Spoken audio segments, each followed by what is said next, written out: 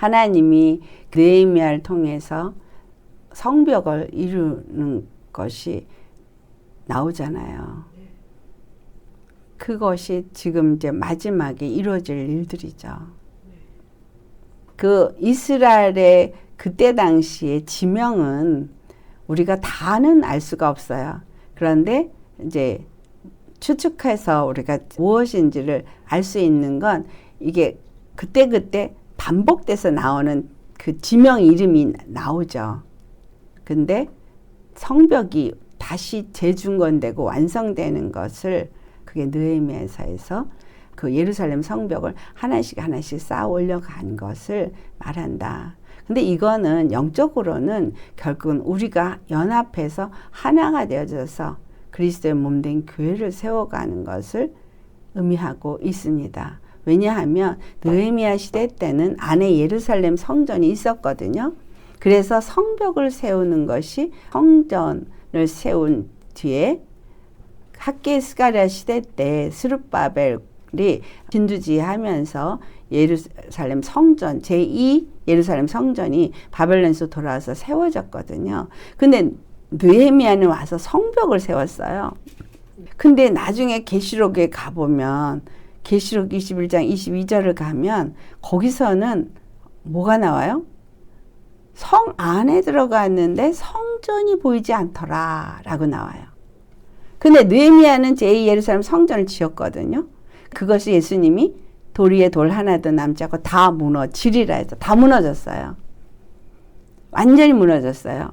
근데 예수님이 계신 당시에는 예루살렘 성전이 있었어요. 그러니까 예수님이 요한복음 2장 19절에서 21절에 말씀을 보면 이 예루살렘 성전을 헐어버려라. 내가 사흘 만에 다시 지으리라 할 때 아니 참나마다 이게 지금 얼마 동안 세워졌는데 46년 동안 세워졌는데 네가 이걸 어떻게 3일 만에 짓는다고 하느냐 그랬는데 그 예루살렘은 곧 예수 그리스도의 육체를 의미한다라고 말하잖아요. 그러니까 예수님이 성전이 되신다는 거예요. 그게 계시록 21장 22절에도 성전이 보이지 않는데 그 성전은 바로 예수님이 어린 양이 성전이 되심이라라고 말하고 있어요. 그러면 우리가 예수님과 하나가 되어져서 교회를 세운다는 것은 곧 성벽을 세운다는 얘기예요. 성벽. 몸이라고 표현되어진 건 성벽을 말하는 거예요. 그래서 절대 예수 그리스도 안에 있는 사람들은 하나로 연합해야 돼요. 그것이 바로 느헤미야의 성벽을 쌓는 거예요. 느헤미야 성벽 쌓는 거 우리 이미 나눴었잖아요. 함께 자기 앞에 놓여진 것을 하나하나 쌓을 때 한 층이 같이 돌아가야 되고 그 다음에 같이 또 그 다음 층이 돌아가야 되고 하나하나 그 일을 하는데 이게 또 로마서 12장 3절에 말하거든요. 각자 자기에게 주어진 그 믿음의 분량대로 감당해야 될 것을 의미해주고 있는데 이것이 나만 혼자 열심히 잘하면 된다가 아니라 함께 서로를 돌아보면서 그 말씀이 빌립보서 2장에 이제 4절에 말하죠. 3절로부터 5절까지 말씀을 보니까 우리가 서로를 돌아봐야 되고 기쁨이 서로 돌아보면서 충만해져야 되고 함께 지어져 가야 되고 그래서 그리스도의 마음을 가진 자가 되어야 된다는 거예요.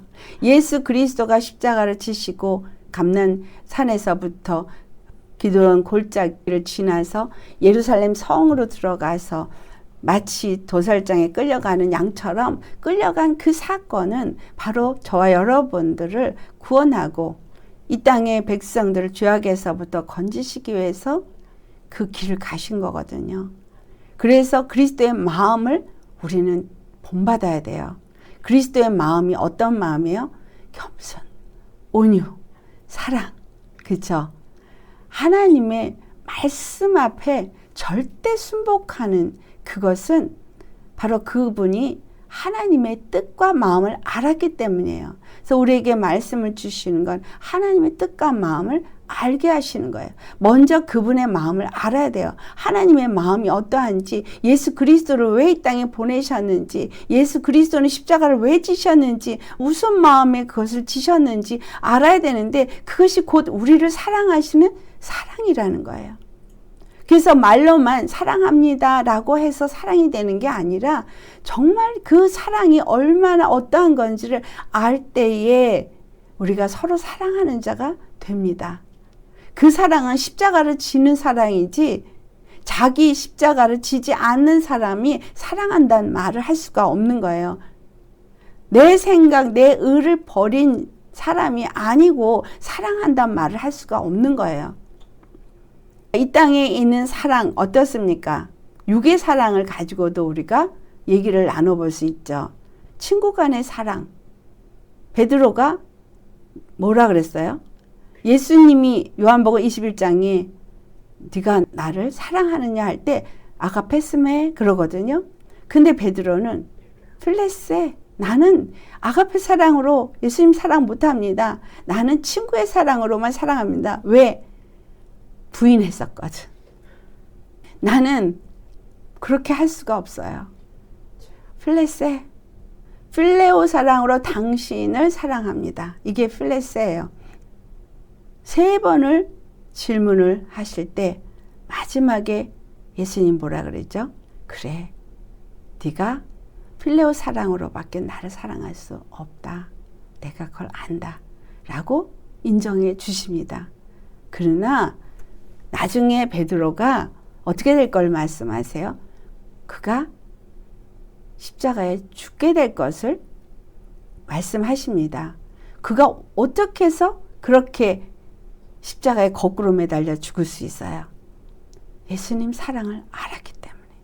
예수님을 사랑이 어떠한 건지를 어떻게 알았어요?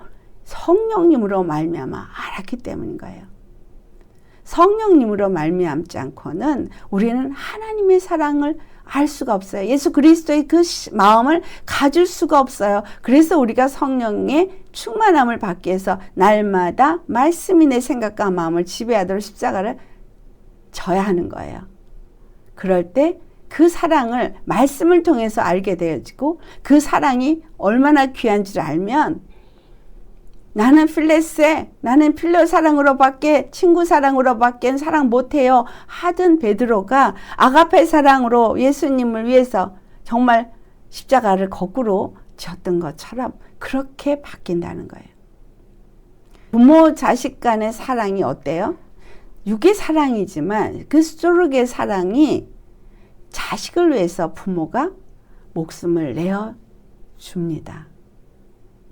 예전에는 부모님들이 자식을 위해서 자기 목숨을 내어놓는 사건들이 많이 있었죠. 또 그 다음에 남녀 간의 사랑, 에로스 사랑도 지금은 그렇지 않지만 예전에는 자기 아내를 사랑해서 자기 목숨을 내어준 남자도 있었고 또 남편을 위해서 자기 목숨을 내는 아내들도 있었고 또 애인이 죽자 따라 죽을 만큼 사랑하는 그런 에로스 사랑도 있어요. 진정한 사랑은 자기 목숨을 내어줄 만큼 자기 것을 아까워하지 않는다는 걸 사랑해본 사람은 압니다. 진정한 사랑을 해본 사람은 그걸 알아요. 근데 그 사랑이 어디서 온 거예요? 바로 아가페 사랑의 그림자입니다. 그러니 이 땅에서 사랑해요 하면서 그 사람을 위해서 내 목숨을 내놓고 내 모든 것을 내어주지 못하는 사랑은 필레오 사랑인 거죠. 그렇죠? 스토르게나 아니 친구를 위해서 목숨을 내어주는 것도 요한복음 10장에 말하고 있잖아요. 친구를 위해서 목숨을 내어주는 필레오 사랑도 그렇게 목숨을 내어줄 수 있다는 거죠. 그런 이야기가 지금은 다 옛 이야기가 돼버렸죠. 옛날엔 정말 그런 일도 있었는데 요즘은 너무 끔찍한 얘기밖에 들리지 않는 폐역한 시대가 되었습니다. 왜 이렇게 되었을까요? 죄악이 관영하기 때문에. 여러분, 이 죄악이 관영하다 보니까 이 땅에 너무나 악한 영들이 뒤덮여서 하나님이 우리에게 임재로 임하실 수가 없을 만큼 아주 두껍게 더러운 영들에 의해서 막혀져 있습니다. 그래서 사람들이 말씀을 전해도, 복음을 전해도 그들이 회개하고 예수님을 바로 영접하는 일이 옛날보다 훨씬 어려운 겁니다. 초대교회 때는 하루에 3,000명, 때로는 5,000명씩 회개하는 역사가 있었습니다. 이스라엘 사람들은 그만큼 절박했었기 때문에, 그리고 그들의 눈앞에 예수님이 있었기 때문에, 그리고 그들은 예수님의 그 복음을 들었던 경험이 있기 때문에. 그런데 지금은 두껍게 쌓여진 이 어두운 영이 이 땅을 덮고 있기 때문에 복음을 전해도 정말 회개하는 심령이 없습니다. 너무 회개가 안 된다고 말하고 있죠. 뭐가 막혔기 때문이에요? 하나님과 나 사이에 첩첩이 그 악한 영들이 막고 있기 때문입니다. 심령이 정말 주님 앞에 열릴 수 있는 건 기도로 쌓아야 돼요. 뚫어야 돼요. 기도로 이 하늘 하나님과 우리 사이에 이 영적 벽을 뚫어야 돼요. 이거 뚫을 수 있는 건 기도뿐인데, 피의 기도만, 믿음의 기도만이 이걸 뚫을 수 있어요. 그래야 하나님이 내게 임하셔서 그 강한 주님의 은혜의 임재가 올 때에 우리 안에 있는 그 죄성이 산산조각이 나고 더럽고 가증한 것들이 부서지고 이것들이 떠나감으로 인해서 부드러운 심령이 되어지고 회개하는 심령이 됩니다. 그래서 끊임없이 예수의 이름으로 선포하며 믿음의 기도를 올려야 합니다. 뚫어야 돼요. 그걸 못 뚫으면 여기서 외치는 소리가 올라가다가 도로 떨어져요. 우리는 그래서 믿음의 기도가 중요해요. 의심 없는 기도가 중요합니다. 확실한 약속의 말씀을 붙잡고 믿음으로 기도하면 그 기도가 피의 기도가 되어져서 사단이 막을 수가 없고 하늘을 뚫고 하나님의 보좌 앞에 올라갈 것이기 때문입니다. 여러분, 그런 기도로 계속 그걸 뚫어야 하나님의 그 놀라우신 은혜가 우리 심령 가운데 임하게 됩니다. 근데 이게 우리 심령이 완악해져서 우리의 혼적인 부분이 강팍해져서 이게 강하게 막혀 있으면 우리 안에 있는 영이 혼을 뚫고 나오기가 어려운 거죠. 그래서 회개라는 건 끊임없이 내가 믿음으로 말씀을 붙잡고 회개하는 심령으로 하다 보면 이제 그게 조금씩 뚫어지게 되는 겁니다. 아멘. 그래서 바로 심령이 내 안에 있는 영과 내 혼과 이 모든 게 다 뚫어져서 교통할 때 영혼 몸이 하나님의 임재를 경험하고 하나님의 임재 속에 잡힌 자가 되어지는 겁니다. 아멘. 깨어져야 합니다. 부서져야 합니다. 그래서 주 안에서 여러분 이와 같이 정말 하나님의 성전으로서 거룩하게 잘 세워지시기를 예수님의 이름으로 축원합니다. 아멘. 그래서 우리가 그렇게 될 때 성전으로 지어질 수 있는 거예요. 말로만이 아니라 우리가 해야 할 이 땅에서의 삶의 이유요, 목적이고 사명입니다. 복음을 왜 전해야 돼요? 바로 그 성벽을 쌓아야 되니까. 내가 왜 교회 안에서 형제간에 사랑의 연합이 이루어져야 되냐? 그래야 우리가 힘을 합쳐서 나아가서 세상에 그 악한 영들에게 잡혀있는 영혼들을 건져올 수 있으니까. 혼자서 못하기 때문이에요. 혼자서 못해요. 안 돼요. 그래서 교회라는 공동체를 하나님이 허락하실 거예요. 교회 안에서 연합이 안 이루어지고 바깥에 나가서 전도에다가 오면 뭐가 돼요? 배나 지옥 자식을 만드는 거예요. 그래서 나부터 돼야 되고 내 가정이 되고 내 교회가 그렇게 연합이 온전히 거룩한 연합이 이루어지고 그러면 누구를 하나 데려와도 우리 공동체 안에선 정말 예수님을 만나게 되죠.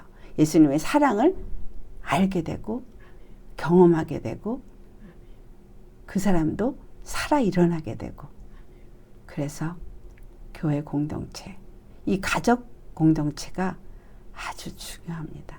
여러분 한 사람 한 사람이 그래서 중요합니다. 아멘.